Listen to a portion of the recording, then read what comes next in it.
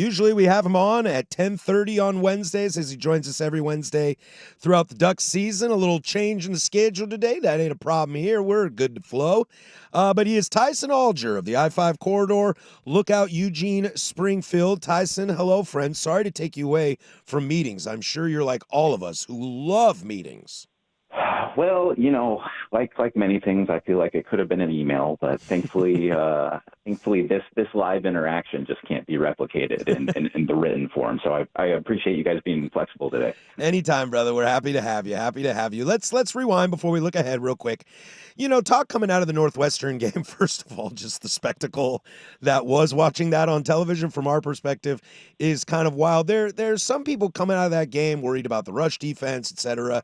Do you think we're just kind of nitpicking how the end of that game went? Because let's not forget it was 34-0 at one point. Or did you see some potential little cracks there? Yeah, I think there's a little bit of truth in both. I think a large part of that is the fact that the first 2 weeks of the season, what was Oregon's average winning margin, like 50 points or so, 55 points. And so, you get to a game where you only win by, 3 touchdowns or so. And that's our first opportunity to pounce, to dissect, to go, oh, here's what they need to work on, because you didn't see a ton of that in the first 2 weeks. That being said, 79 of those 170 rushing yards came on Northwestern's final play from scrimmage. It was a 79-yard run. They also had a 40-yard pass in there. So I think if you kind of look at the total yardage numbers, that's a little bit inflated just because Oregon had the game in hand on the road going into the fourth quarter. Like I think it's natural that there might be a little bit of a let up there. And on the same accord, like I'm completely fine with Dan Lanning and the staff being like, that's not how we want to finish.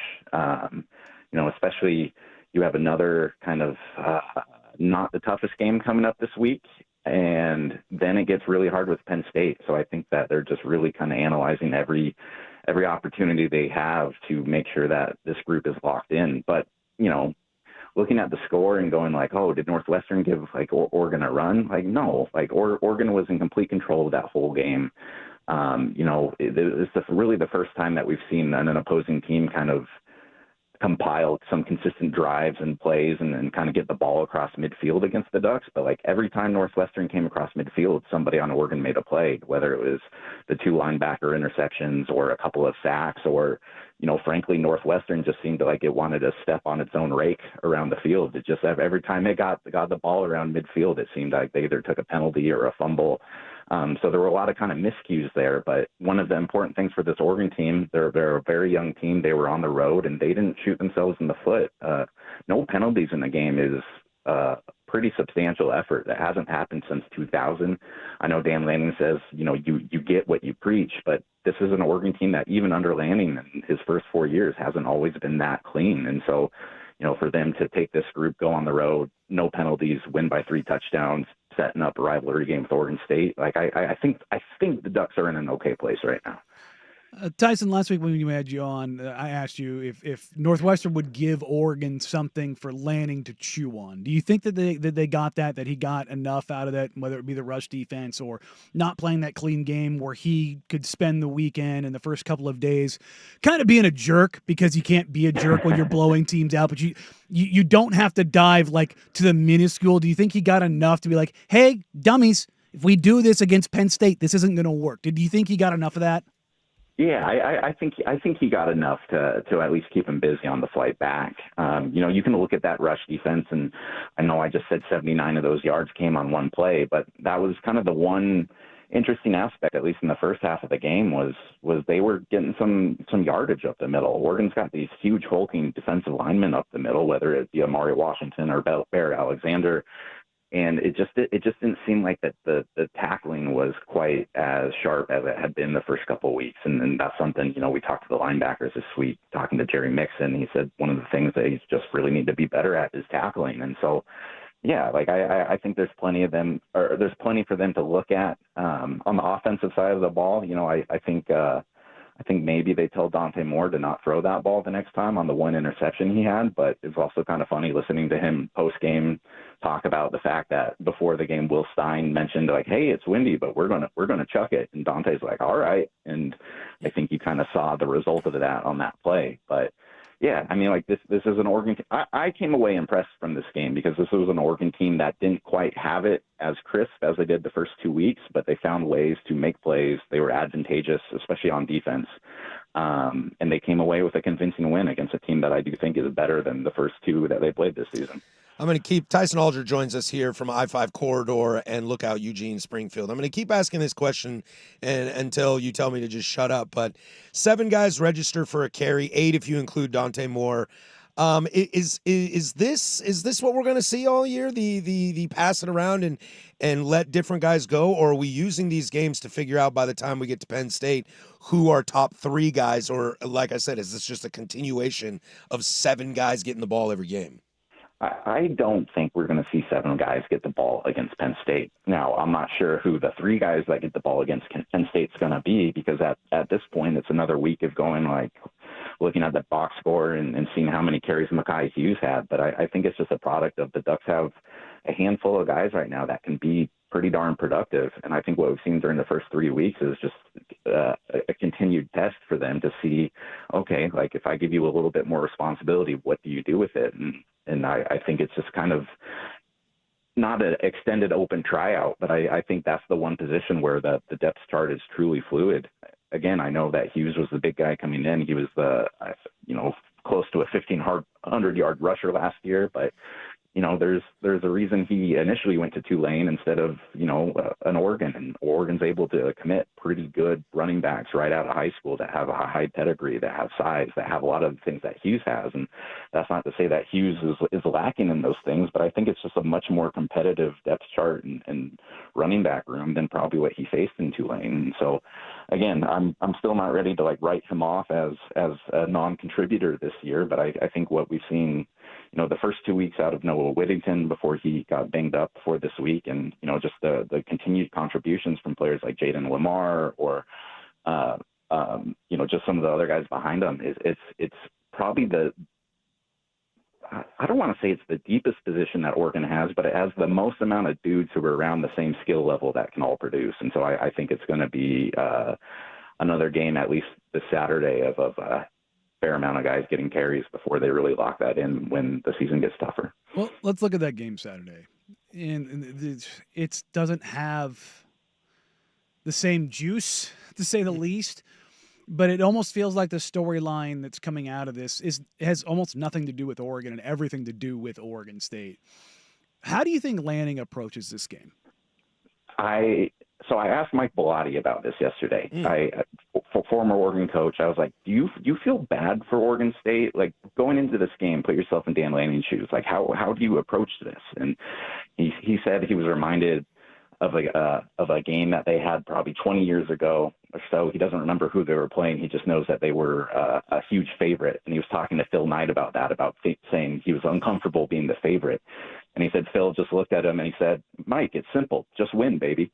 And so I think that's probably ultimately the message that Lanning's coming into this with. Like, I know he's done a decent job of playing into the rivalry and saying the right things about, we want to continue this game and it's important for the state and all those sorts of things. But also, like, Lanning's big goal here is to win football games and win a national championship. Like, I don't think deep down truly he has a whole bunch of feelings towards Oregon State. And so, like, I think it's, a little bit of a tightrope to walk, because you don't want to disrespect a program or a rivalry that's been around for 129 years. But ultimately, like, this isn't the big game for the Ducks. This is a game where the Ducks need to win, they need to play well, and they need to get themselves into the Penn State week healthy. And it's kind of just unfortunate that that's what it's come down to, because, for the first 125 years of this rivalry, this was the last game of the season until the postseason. Like, you didn't kind of have to worry about what was next, or you didn't have to worry about resting guys, or, all those sorts of things. So it's more complicated, but at the end of the day, I think Dan Lanning would be just as happy to do to Oregon State what they did to Oklahoma State, Montana State, and Northwestern. Curious, you said something, and again, Danny brought up a good point. I think he's kind of right. This game feels so much more about where Oregon State is, and instead of the fact that Oregon's clamoring for a national title and back-to-back Big Ten championships, etc. But you mentioned how important it is for the state. Could you ever see this get to a point where it's not important? Because I feel like some fan base feel like this game is not important anymore. Oh, man, It depends on how long of the hiatus we have here.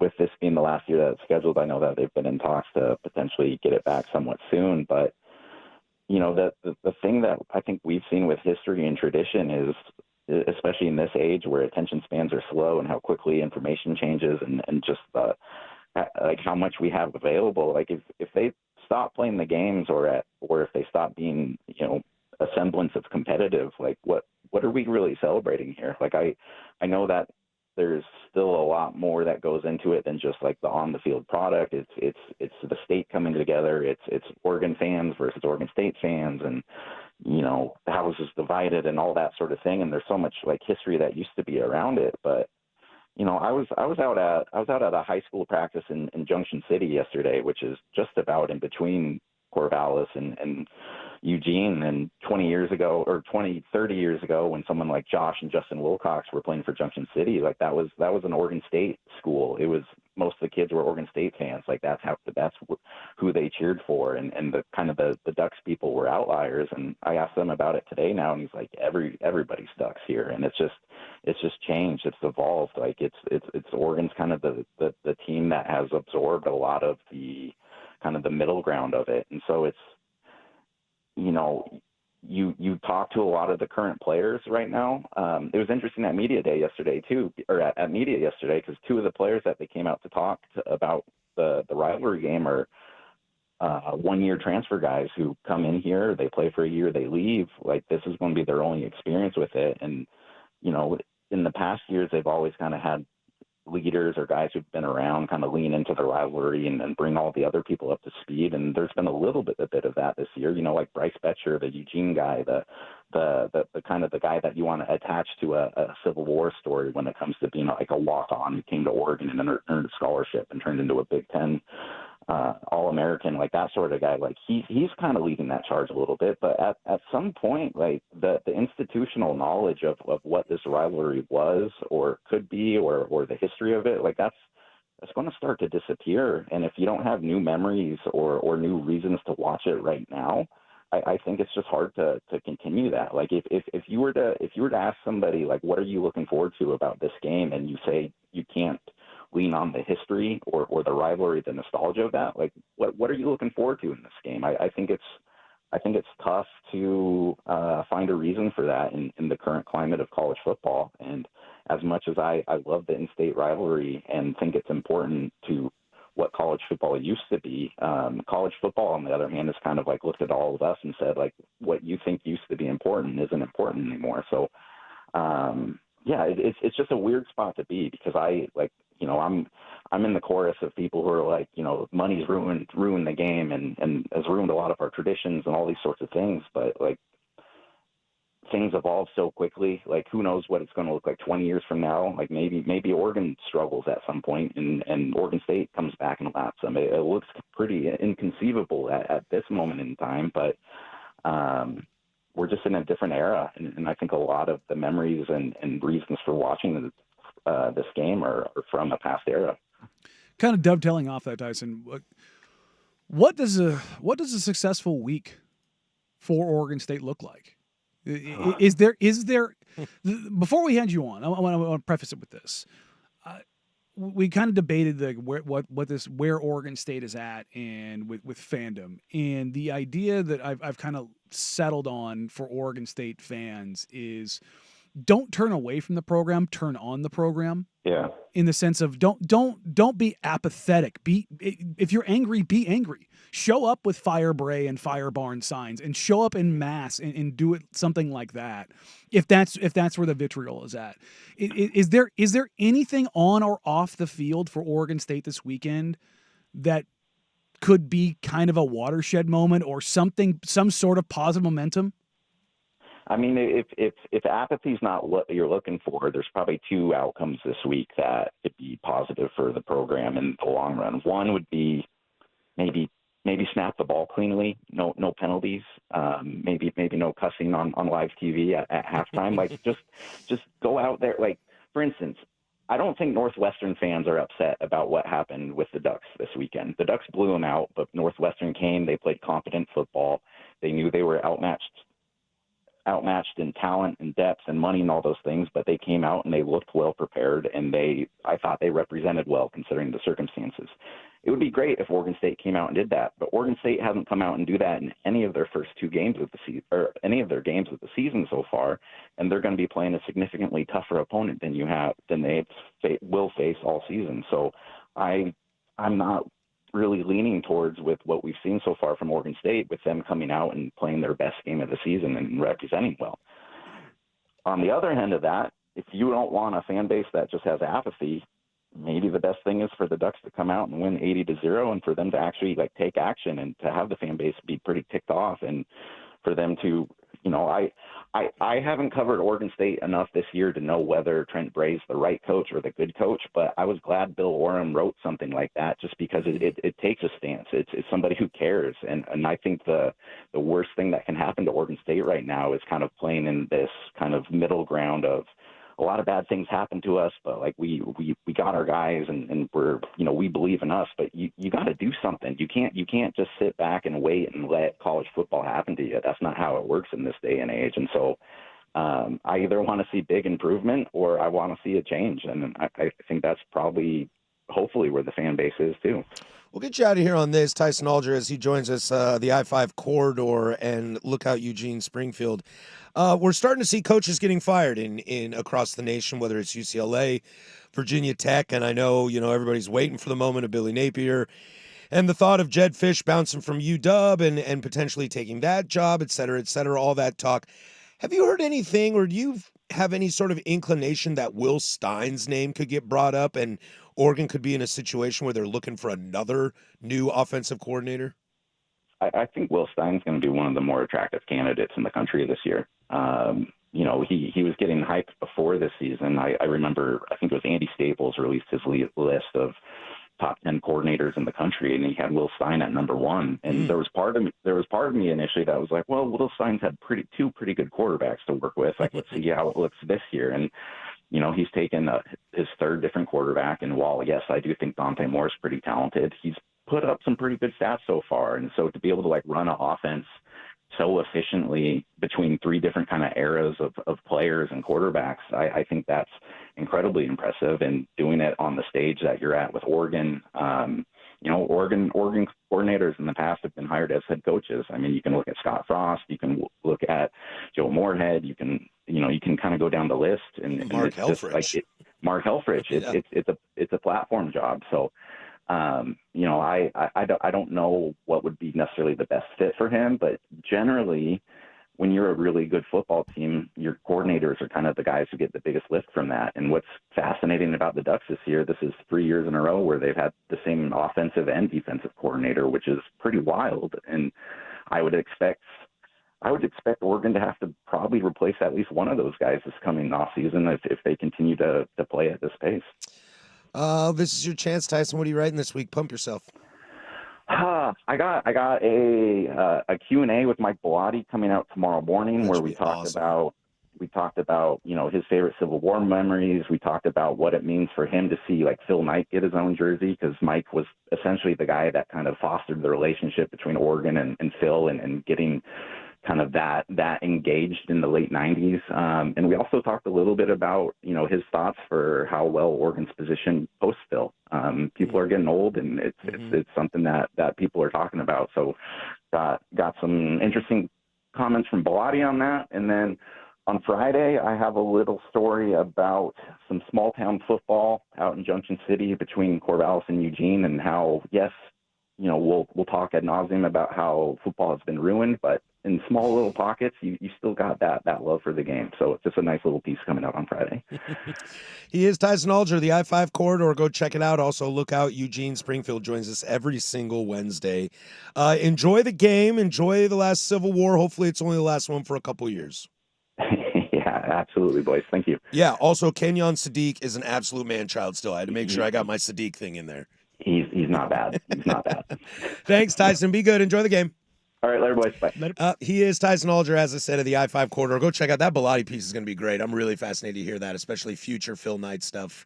That's the big question. I mean, we talked about it at length with Oklahoma State when T-Boone adios, how much that can change the program. Phil Knight going full Al Davis. It's hilarious. I think a just win, baby? Yeah, just win, baby.